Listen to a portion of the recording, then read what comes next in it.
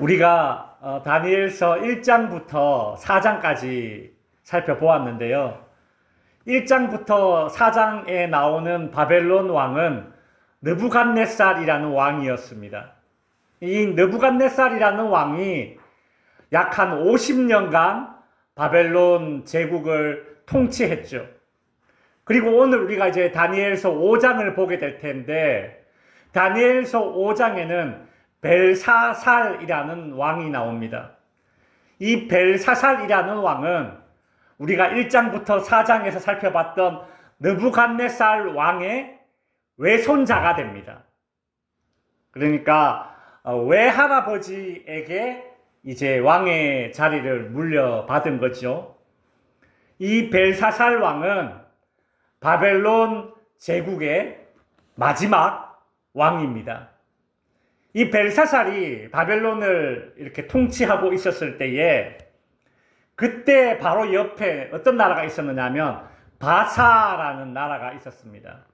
영어로는 이제 페르시아라는 그렇게 발음하는데요. 이 바사라는 나라와 바벨론 나라가 이렇게 전쟁 중에 있었습니다. 소문이 났습니다. 야, 바벨론과 바사가 서로 전쟁을 하는데 근데 바벨론이 밀리고 있대, 지고 있대, 이런 소문이 이제 쫙 난 겁니다. 그래서 이 바벨론의 벨사살 왕이 그 소문을 듣고 이제 일부러 잔치를 열었습니다. 그 바벨론에 1000명이 되는 그런 귀족들을 왕궁으로 다 불러 모아서 일부러 그 전쟁통에 잔치를 벌인 겁니다. 왜 그렇게 했겠습니까? 우리 바벨론 아직 멀쩡해.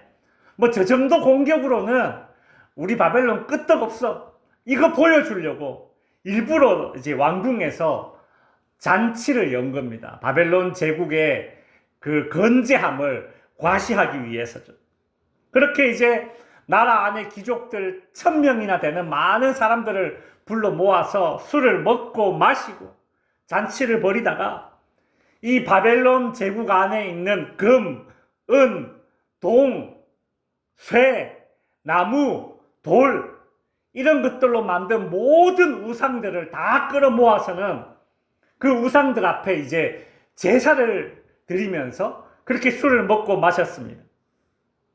그 흥이 오른 이 벨사살 왕은 여봐라, 우리가 저 이스라엘을 점령할 때에 그 예루살렘 성전에서 가지고 온 그 금그릇, 금잔을 좀 가지고 와라. 그래서 하나님께 예배드리는 그 금잔이 있었는데 그때 사용하는 금잔에다가 이 벨사살 왕이 술을 콸콸콸콸 부어가지고 그것을 마시면서 허세를 떨었습니다. 왜 이렇게 했을까요? 내가 믿는 이 신이 저 이스라엘 하나님이라는 신보다 더 강한 신이야. 우리가 믿는 이 우상, 이 벨이라는 신은 제일 강한 신이야. 뭐 이런 걸 이제 과시하기 위해서 하나님을 멸시하면서 그 하나님께 제사 드릴 때 쓰는 그 금잔에다가 술을 따라 마시고 있었습니다. 바로 그때에 반대편 이 궁전 벽에 공중에 손이 하나 딱 나타났습니다. 큰 손이 공중에 딱 나타나더니 그 궁중의 벽에 글씨를 막 쓰기 시작합니다. 여러분 한번 상상을 해보세요. 손이 이렇게 툭 나타나가지고 공중에서 이 벽에 글씨를 막 이렇게 쓴다면 그 모습을 보면 얼마나 정말 두렵겠습니까? 이 벨사살 왕이 그 모습을 보고 덜덜덜덜 떨었는데 이 벨사살 왕의 두 무릎이 이렇게 덜덜덜덜 부딪힐 정도로 그렇게 사시나무 떨듯이 두려움에 빠졌습니다. 공중에 손이 나타나서 벽에 글씨를 썼는데 근데 그 글씨가 무슨 뜻인지 알 수가 없는 겁니다. 이 벨사살 왕은 그 바벨론 안에 있는 박사들을 다 끌어모았습니다. 야, 저기 글자가 뭐라고 적혀있냐? 저걸 좀 읽고 해석을 좀 해봐라.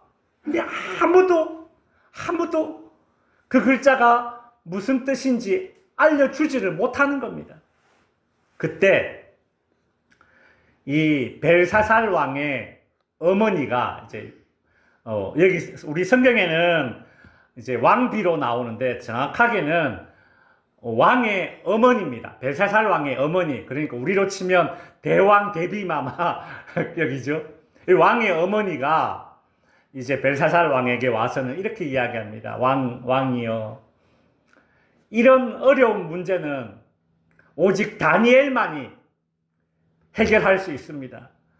왕의 부친, 이제 그 성경에 부친으로 되어 있는데 선조입니다. 이제 선조. 그러니까 왕의 외할아버지 느부갓네살 왕이 이 바벨론을 다스릴 때에 그때 아무도 왕의 꿈을 해석 못했는데 다니엘이라는 그 사람이 왕의 꿈을 해석했습니다. 그 다니엘을 불러서 한번 물어보십시오. 다니엘은 아마 알 겁니다. 이 바벨론의 이 벨사살 왕은 하나님을 무시하면서 그 금잔에다가 술을 따라 마셨지 않습니까?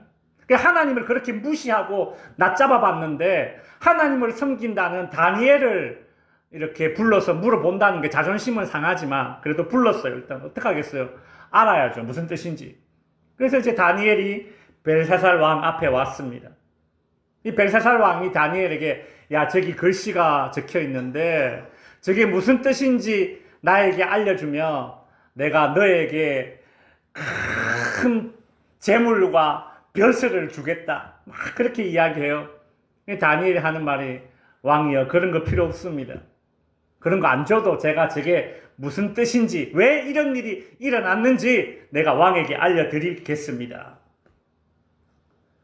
두 가지 이유가 있습니다. 왜 이런 일이 일어났느냐 하면 첫 번째로 왕은 왕의 외할아버지 느부갓네살 왕이 교만해져서 하나님께 버림을 받아서 이 왕이 미쳐서 자기가 짐승인 줄 알고 들에 나가서 풀 뜯어 먹고 그랬던 것을 기억하십니까? 그랬던 그 느부갓네살 왕이 하나님이 다시 정신 차리게 해서 다시 왕의 자리에 앉혔죠. 왕이 교만해지면 하나님이 버리십니다. 그 모습을 보고 왕은 배웠어야 합니다. 하나님 앞에 교만해지면 안 된다는 것을 왕은 배웠어야 했는데 왕은 그것을 배우지 못했습니다. 또 두 번째로 느부갓네살 왕에게 하나님께서 하신 일을 보면서 왕은 하나님만이 참 신인 걸 알고 하나님을 섬겨야 되는데 그렇지 못하고 지금 보십시오. 이 바벨론 안에 있는 금, 은, 동, 나무, 돌 이런 것들로 만든 우상을 지금 섬기면서 예배를 드리면서 하나님께 영광을 돌리지 않고 있습니다. 그래서 지금 저 공중에 소원이 나타나서 글씨를 쓴 겁니다.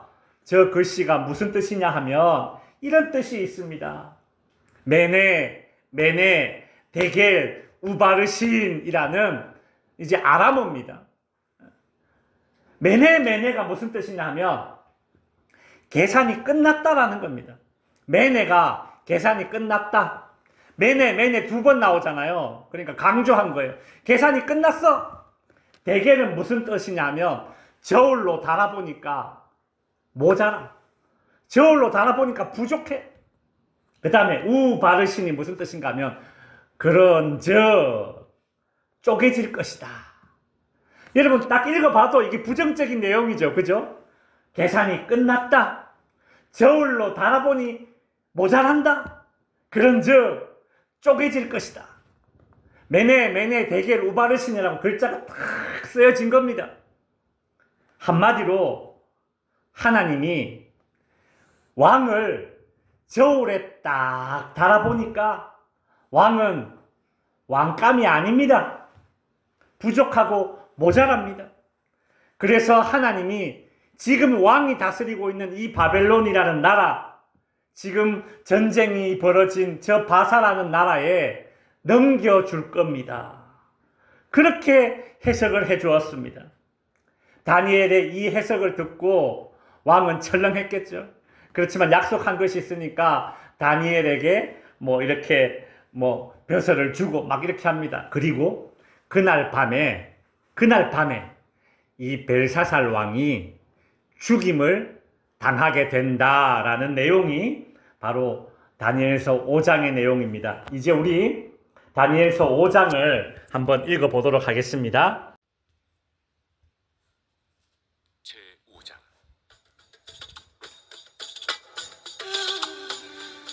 벨사살 왕이 그의 귀족 1000명을 위하여 큰 잔치를 베풀고 그 1000명 앞에서 술을 마시니라. 벨사살이 술을 마실 때에 명하여 그의 부친 느부갓네살이 예루살렘 성전에서 탈취하여 온 금 은그릇을 가져오라고 명하였으니 이는 왕과 귀족들과 왕후들과 후궁들이 다 그것으로 마시려 함이었더라. 이에 예루살렘 하나님의 전 성소 중에서 탈취하여 온 금그릇을 가져오매 왕이 그 귀족들과 왕후들과 후궁들과 더불어 그것으로 마시더라. 그들이 술을 마시고는 그 금, 은, 구리, 쇠, 나무, 돌로 만든 신들을 찬양하니라. 그때 사람의 손가락들이 나타나서 왕궁 촛대 맞은편 석회벽에 글자를 쓰는데 왕이 그 글자 쓰는 손가락을 본지라. 이에 왕의 즐기던 얼굴빛이 변하고 그 생각이 번밀하여 넓적다리 마디가 눕는 듯하고 그의 무릎이 서로 부딪힌지라. 왕이 크게 소리질러 술객과 갈대아 술사와 점쟁이를 불러오게 하고 바벨론의 지혜자들에게 말하되 누구를 막론하고 이 글자를 읽고 그 해석을 내게 보이며 자주색 옷을 입히고 금사슬을 그의 목에 걸어주리니 그를 나라의 셋째 통치자로 삼으리라. 그때 왕의 지혜자가 다 들어왔으나 능히 그 글자를 읽지 못하며 그 해석을 왕께 알려주지 못하는지라. 그러므로 벨사살 왕이 크게 번민하여 그의 얼굴빛이 변하였고 귀족들도 다 놀라니라.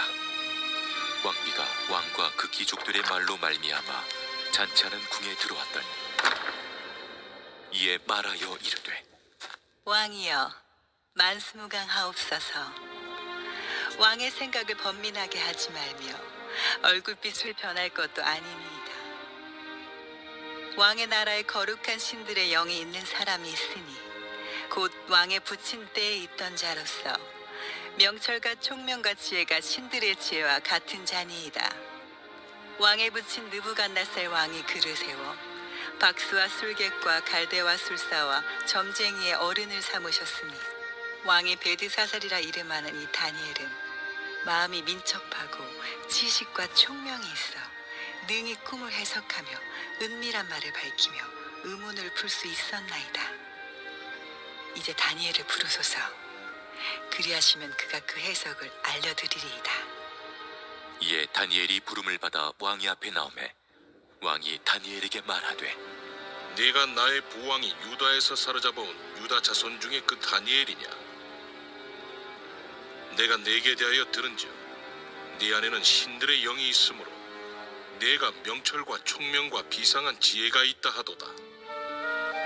지금 여러 지혜자와 술객을 내 앞에 불러다가 그들에게 이 글을 읽고 그 해석을 내게 알게 하라 하였으나 그들이 다 그 해석을 내게 보이지 못하였느니라.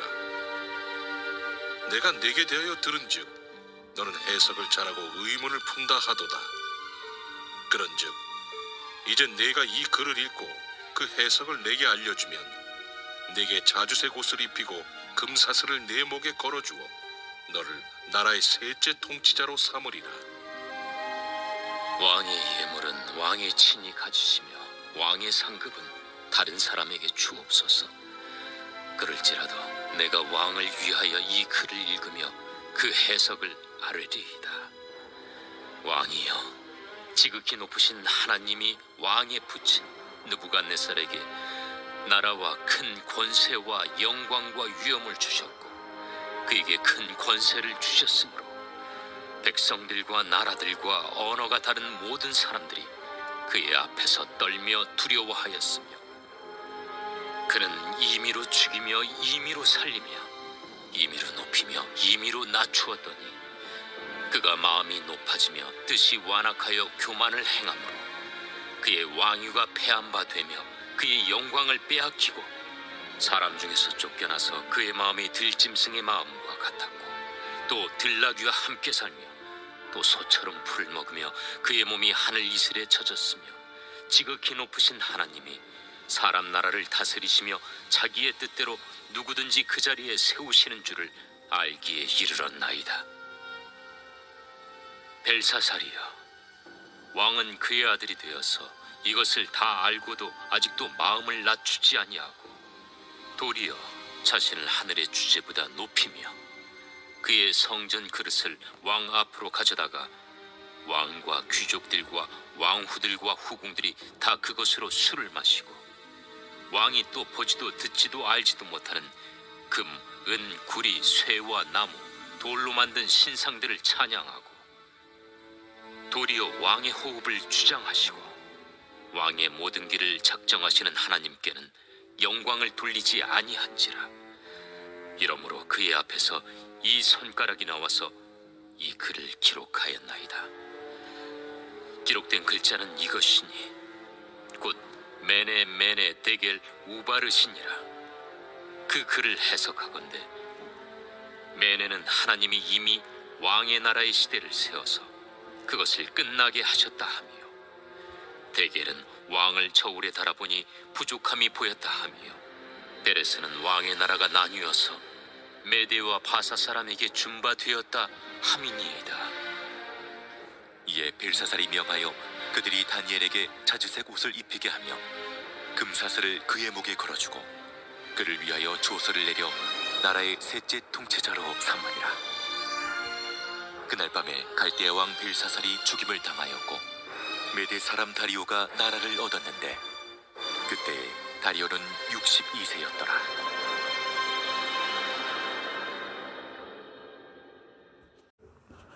이제 우리 다니엘서 5장을 읽었는데요. 다니엘서 5장이 우리에게 주는 교훈을 한번 살펴보도록 하겠습니다. 다니엘서 5장이 우리에게 주는 교훈은 한번 읽어보실까요? 하나님이 심판하신다라는 것입니다. 하나님이 심판하신다라는 말은 두 가지 의미가 있는, 첫 번째로 하나님이 끝내신다라는 것입니다. 여러분, 하나님은 모든 것을 끝내시는 분이십니다. 즉, 모든 것의 종말은 하나님의 손에 달려 있습니다. 한 사람의 종말, 한 개인의 종말, 죽음이겠죠. 그리고 한 나라의 종말, 나라가 패망하는 것, 더 나아가서 이 세상의 종말, 전부 다 하나님의 손에 달려 있습니다. 하나님 자기 자신을 이렇게 소개합니다. 요한계시록 22장 13절에 보면 나는 처음이며 마지막이요 시작이며 끝이다. 여러분, 창세기 1장 1절에 보면 하나님은 창조주 하나님으로서 이 모든 것을 시작하신 분이십니다. 그리고 요한계시록을 보면 하나님은 심판하시는 분으로서 모든 것을 끝내시는 분입니다. 시작하신 분이 끝내실 수 있습니다. 시작하신 분이 끝내는 것이 의롭습니다. 우리의 시작과 끝이 하나님의 손에 있음을 믿는다면 여러분, 우리는 결코 두려워하지 않습니다. 내 한 개인의 인생의 종말뿐만이 아니라 모든 일들의 끝은 하나님의 손에서 이루어집니다. 여러분, 그래서 우리는 결코 두려워할 필요가 없는 것입니다. 우리의 인생은 나이가 들어서 병들어서 어쩔 수 없이 끝나는 것이 아니라 하나님의 손에 의해서 시작되었으니 하나님의 손에 의해서 끝나는 것입니다. 나로 하여금 응애하고 이 땅에 태어나게 하신 하나님이 나로 하여금 하고 이 땅에서 마지막 호흡을 내뱉으며 끝나게 하시는 것, 바로 하나님이 하시는 일이십니다. 그렇게 끝났으면 거기서 끝이 아니라 그렇게 하고 나의 이 육체의 마지막 호흡을 내뱉고 난 이후에 또 다른 시작이 있는데 무엇입니까? 우리로 하여금 저 천국에서 할렐루야 하면서 또 다른 새로운 시작을 하게 하시는 분이 바로 우리 하나님이십니다. 하나님은 처음과 끝이요. 우리의 모든 시작과 모든 끝은 하나님의 손에 달려 있습니다. 하나님은 심판하시는 하나님이십니다. 그러니 우리가 그런 하나님을 믿는다면 얼마나 든든하겠습니까? 두려울 것이 없습니다. 다니엘서 5장의 교훈, 하나님이 심판하신다라는 말의 두 번째 의미는 하나님은 우리 모든 인간의 삶을 세어보시고 그리고 달아보신다라는 그런 교훈이 있습니다. 여러분, 우리가 가을에 별을 추수를 해서 저기 뭐 이렇게 농협이나 뭐 이런 데 공판장에 가지고 가지 않습니까? 그러면 이렇게 그 별을 등급을 매기지 않습니까? 이렇게 별을 살펴보면서 사람들이 등급을 매기죠. 1등급, 2등급, 뭐 이렇게 등급을 매기지 않습니까? 그죠?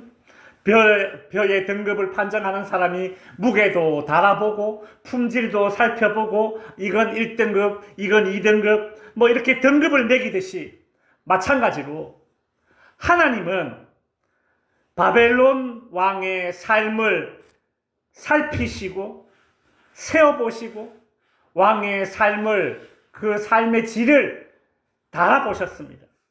그리고서는 너는 왕으로서 불합격, 너는 자격 미다, 이렇게 매네 대개를 우바르신, 그래서 이 바벨론이라는 나라를 바사에 넘겨버리셨죠.